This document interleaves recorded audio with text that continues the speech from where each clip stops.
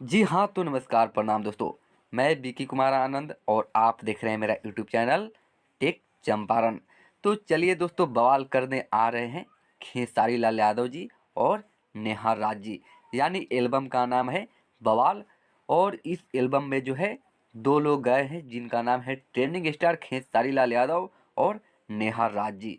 आपको सबसे पहले मैं बता दूं कि पानी पानी और रोमांटिक राजा के बाद जो है हल्का मचाने आ रहे हैं खेसारी लाल यादव जी। नए साल के नए मौके पर जो है इसका रिलीजिंग डेट, इसका सही समय आपको इसी वीडियो में बताने वाला हूँ, इसलिए इस वीडियो को पूरे अंत तक जरूर देखें। तो दोस्तों, इसको लिखे हैं मुना मोहित जी। यानी मुना मोहित जी पहले रितेश पांडे का गाना लिखते थे, लेकिन खेसारी लाल यादव का गाना इस बार जो है लिखे हैं। आपको बता दें कि S4 यूट्यूब चैनल पर जो है इसको रिलीज किया जाएगा। यानी S4U एंटरटेनमेंट चैनल पर जो है ये गाने कल के डेट में, यानी 6:15 पर 30 दिसंबर को नए साल के नए ऑफर में जो है ये धमाका मचाने आ रहा है।